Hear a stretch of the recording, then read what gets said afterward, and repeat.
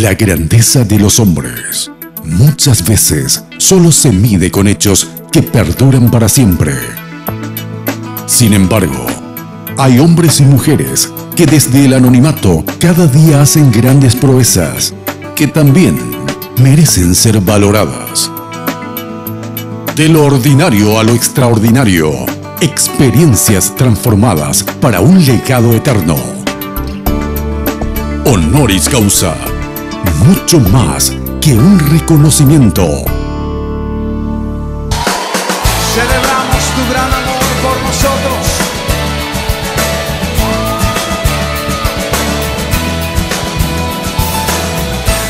La cordial bienvenida a nuestro encuentro de Honoris Causa aquí en Red Guaraní, el canal de la familia, en este lugar tan cálido y también con la presencia tan cálida de uno de los primeros involucrados en la obra misionera, en este caso de la Convención Menonita. Hemos llegado aquí para conversar con él y que abra su corazón para nosotros aquí en Honoris Causa. Estamos hablando del pastor Pedro Berardo. Pastor, ¿cómo está? Gracias por aceptar nuestra invitación. Gracias a ustedes que han venido a casa, que la cordial bienvenida a ustedes que han venido para compartir este momento tan agradable. La calidez de la casa, lo que estamos aquí recibiendo de doña Mari, vamos a disfrutar un rico café con leche y conversar. Una torta Made in Mari y también un cafecito Made in Mari, ¿no? También la mermelada de banana. Mermelada de banana. Vamos a disfrutar ya en instantes también de todo eso. Pastor Pedro Berardo, hoy lo conocemos como pastor, ¿verdad? Pero el inicio de pastor no tenías nada. Correcto. Sí. ¿Cómo fue tu conversión? Bueno, nací en una colonia italiana en la provincia de Córdoba, al sur de Córdoba, a 300 kilómetros de la capital. Fui el primer joven creyente en una colonia italiana muy católica de unos 10.000 habitantes. Creo que estoy convencido y seguro que nací de nuevo, porque a veces cuando uno nace en un ambiente de iglesia, no sabes si es porque estás en el ambiente o no sabes si es porque alguien te ha influenciado o te obligó a decir algo, a aprender algo. Yo nací de nuevo justamente en un lugar donde no había iglesia, no había iglesia. Y un pastor vino a una carpintería desde una ciudad de Río Cuarto a 65 kilómetros, y ahí entonces hablé con él y le hice una pregunta. Yo era muy preguntón y le pregunté ¿qué es la conversión? Entonces él me explicó lo que era la conversión, me explicó lo que era el nuevo nacimiento, y ese día yo tuve una experiencia muy particular, muy fuerte. ¿Cuántos años tenías? En aquella época tenía 17 años. Al poco tiempo, en esa ciudad, a los 65 kilómetros, hubo una campaña evangelística con el tan conocido Felipe Sainz. Así que estuve yo ahí en esa campaña, y ahí él habló del nuevo nacimiento, habló de entregarse a Cristo, conocer al Señor. Y yo pasé adelante, ahí conocí al Señor. Qué bueno. Ahí conocí al Señor, y después de un tiempo, como era el único joven creyente, no había iglesia en ese lugar, no había iglesia. No existía. No había nada. ¿La más cercana a cuántos kilómetros? 65 kilómetros, así que cada fin de semana, desde del viernes a domingo, yo estaba ahí en ese lugar, y ahí estábamos, nos congregábamos, yo me congregaba ahí, porque era el único joven, el único creyente, el primer creyente de ese lugar. Ay. Sí. Pero yo entendí que había algo nuevo en mi vida, algo nuevo que me llevó a vivir la nueva vida, sin que nadie me diga esto no, esto sí, esto no, esto sí, esto no. Hubo un testimonio interior, bueno, ¿no?, que me dijo que había que renunciar a eso y vivir la nueva vida. ¿Y fue expulsado prácticamente de la colonia? Al poco tiempo de mi casa me expulsaron, y de la colonia por ser cristiano, por ser evangélico. ¿Y qué hiciste ahí, pastor? Bueno, salí a hacer dedo porque no tenía plata. Con las poquitas ropas que tenía salí a hacer dedo. En aquella época se usaba mucho, ¿no? ¿No? Y tuve que viajar a dedo 300 kilómetros hasta llegar a la capital de Córdoba. Y ahí encontré a jóvenes que tenían la misma experiencia que yo, y nos habían dado una casa una casa que era prestada y ahí vivíamos todos. No teníamos trabajo, no teníamos comida. Comíamos de la parra de uva del patio de la casa, tomábamos el cocido sin azúcar, era rico, dulce. Esas épocas del primer amor, ¿no? Que nada te dañaba, ¿no? Así que fue una bendición muy linda. Ahí estudié en el seminario, ya para prepararme para servir. ¿Y fue ahí la experiencia que tuviste de la visita del pastor Alberto Enns? Sí, después de un tiempo el pastor Alberto Enns fue a Córdoba. Él estaba trabajando con el equipo de Vex, que hacían con sus carpas y sus películas en el interior. Y él iba a buscar a un músico, porque le faltaba un músico para la alabanza, el periodo de alabanza en las campañas evangelísticas que tenían. Este joven no pudo por varias razones, entonces el papá me recomendó a mí. Ya. Pero usted, aparte de estudiante, era músico también. Bueno, yo no vine... Estamos viendo algunas fotos justamente de... Al Paraguay yo no vine como predicador, ¿no? Sino como músico, ¿no? Llegué acá, me compraron una guitarra eléctrica y ahí empecé a trabajar en el equipo evangelístico junto con el pastor Alberto Enns y estuvimos en el interior, fuimos a...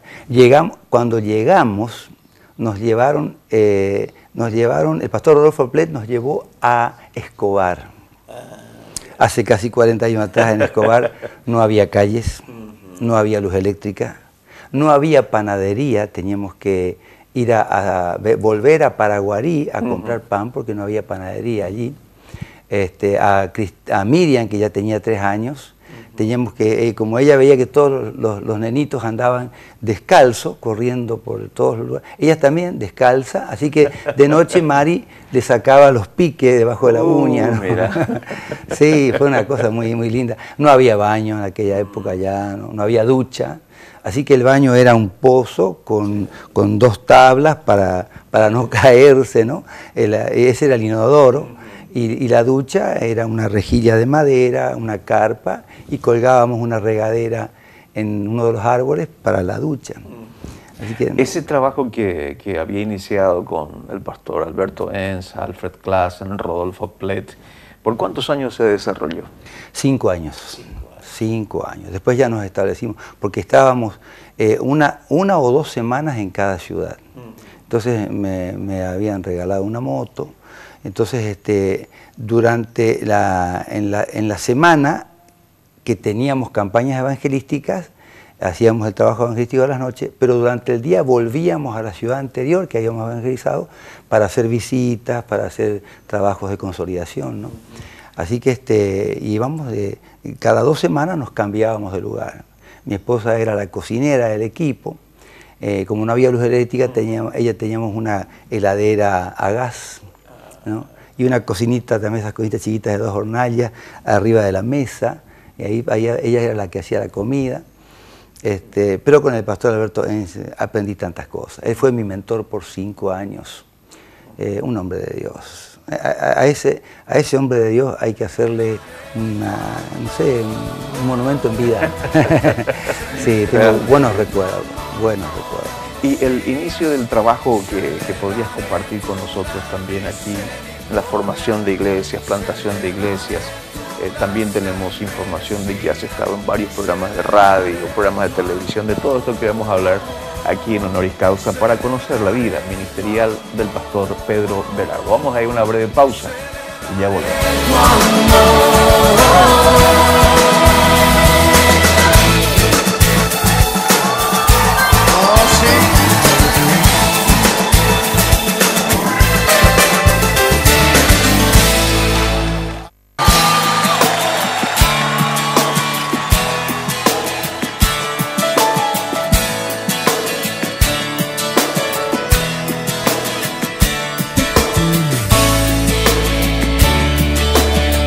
Seguimos aquí en Honoris Causa en la casa del pastor Pedro Berardo, donde estamos compartiendo con él su experiencia ministerial aquí en el país.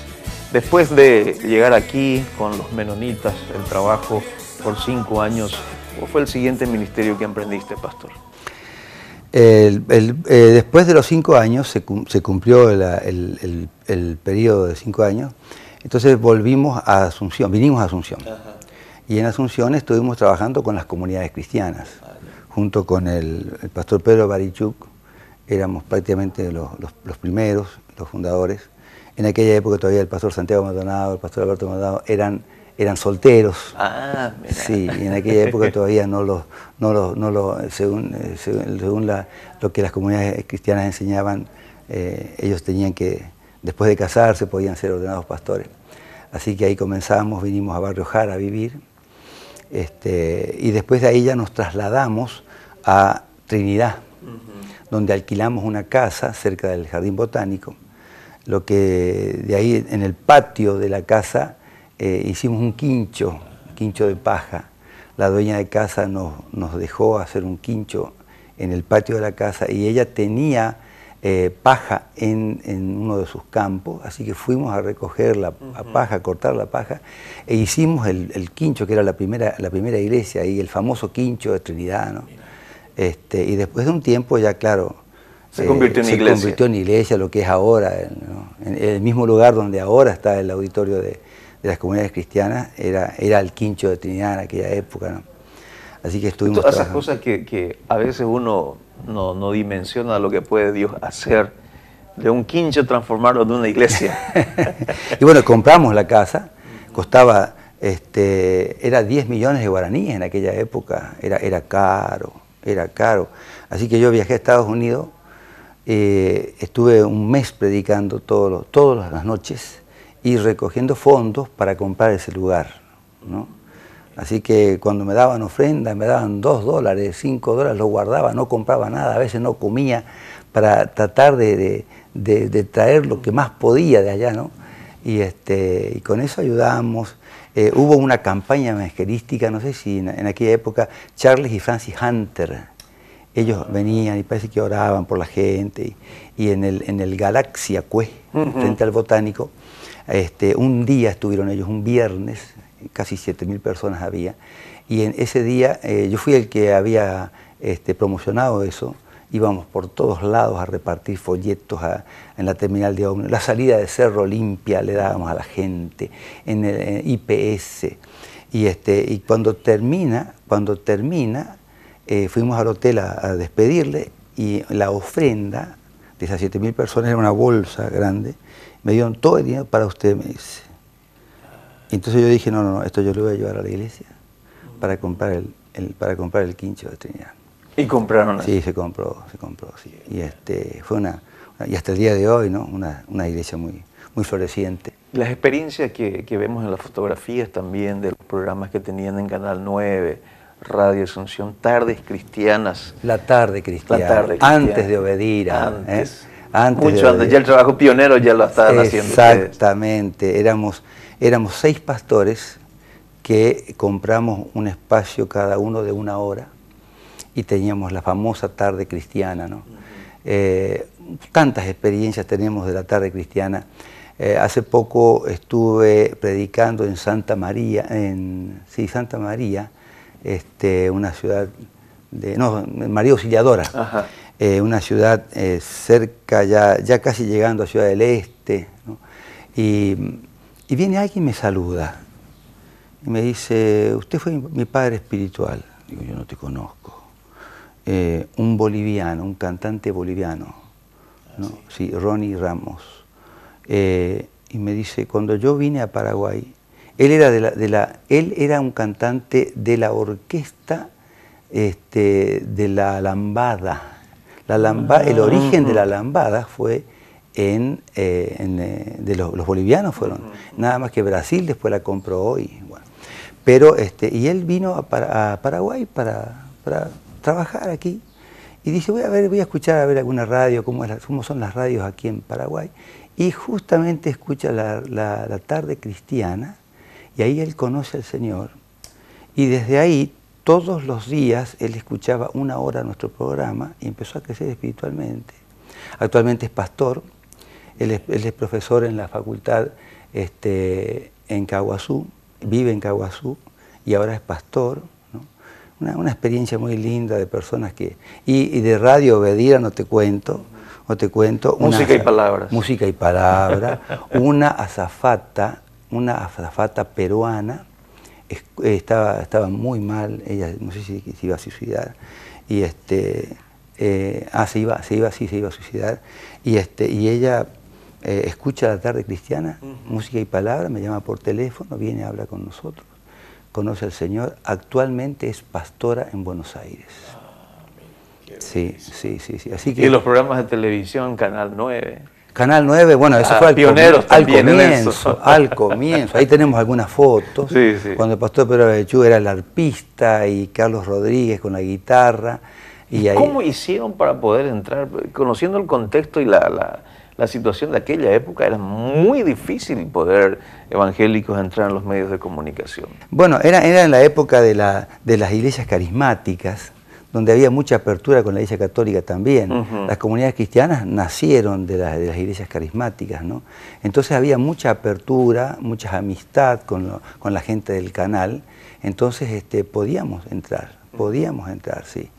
Y entonces ahí yo cantaba, don Felipe Sainz dibujaba y predicaba también él, y bueno, y mucha gente respondiendo, ¿no? Porque en aquella época predicar la palabra del Señor en la tele, en la radio, era todo un fenómeno eso. Sí, me acuerdo Radio Asunción, Miguel Fernández, me dijo, no, ustedes los evangélicos no van a entrar acá, me dice. Actualmente es casi todos programas cristianos, actualmente, ¿no? Y cada vez que voy me los saludo, me dice, cuando quieras venir acá a predicar, no tenés las puertas abiertas, vos fuiste el pionero, el primero aquí, ¿no? Así que, bueno, gracias a Dios se abrieron las puertas, pero ahora, claro, obedir a ella es la bendición más grande, la bendición más grande que tenemos. Muy bien, Pedro, vamos a ir a un breve corte. A la vuelta quisiéramos conocer un poco la otra faceta también de tu vida, con todo lo que es el Ministerio Maranata, las iglesias que has plantado, y también la faceta de escritor, porque de esa queremos conocer un poco también. Mis amigos, vamos a una breve pausa y ya regresamos. A tu nombre sea dada la gloria, a tu nombre sea dada la gloria.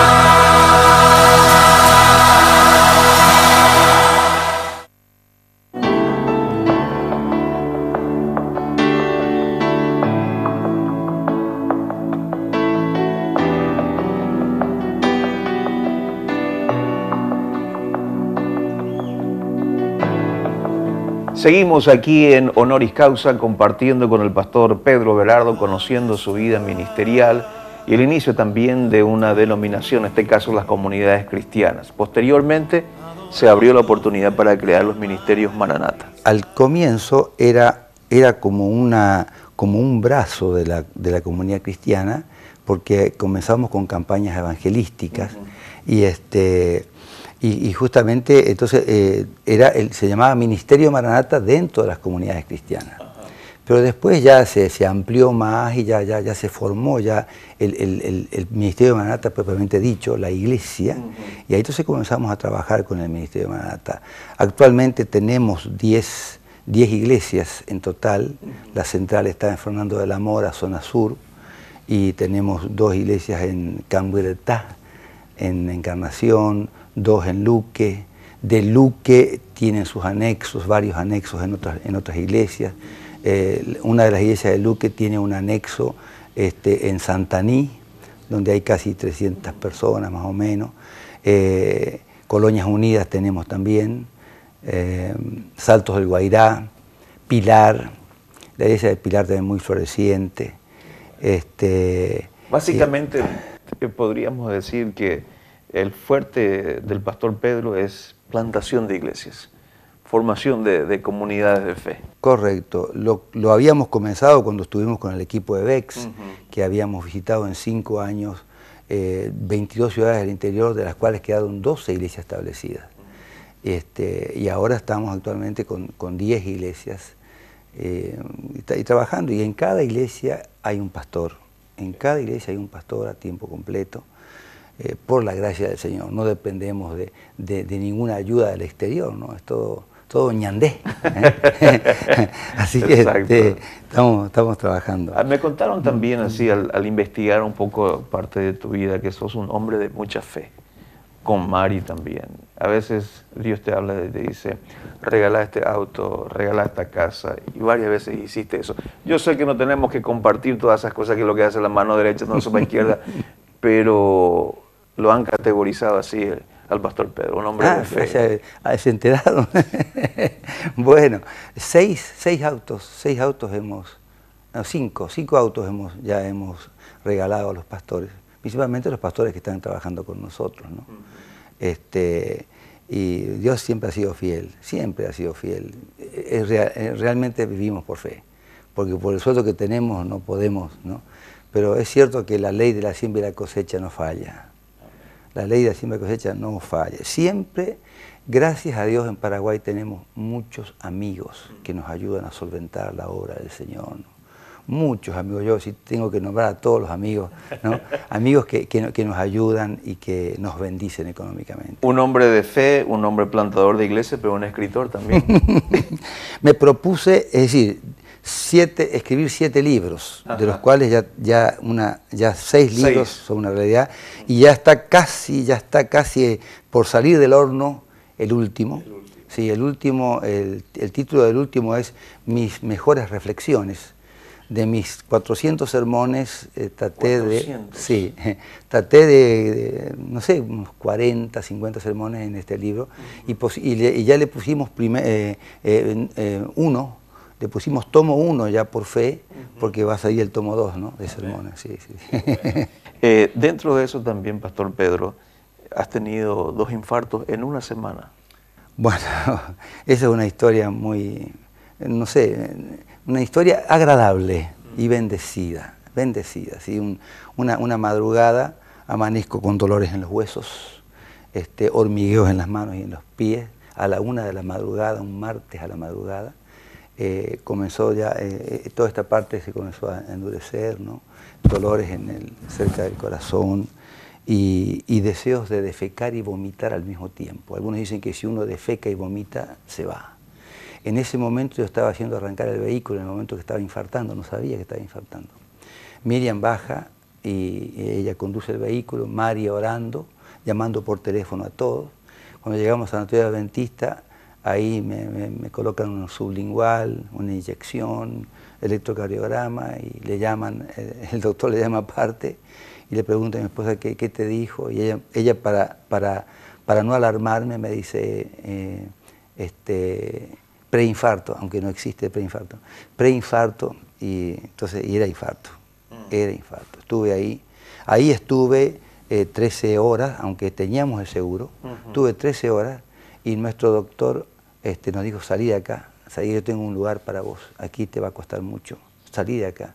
Me lleva a IPS, sin estar asegurado. Y ahí en IPS estuvimos, ahí el 5.º día me toma el segundo infarto, el 5.º día, y tenían que colocarme un stent era muy caro, decían que costaba como 30 millones de guaraníes. Y entonces Cristina dice, bueno, ¿qué hay que hacer? ¿Dónde hay que comprar? Y en ese momento la enfermera dice, yo no sé qué pasa, pero acá alguien dijo para ese hombre luz verde.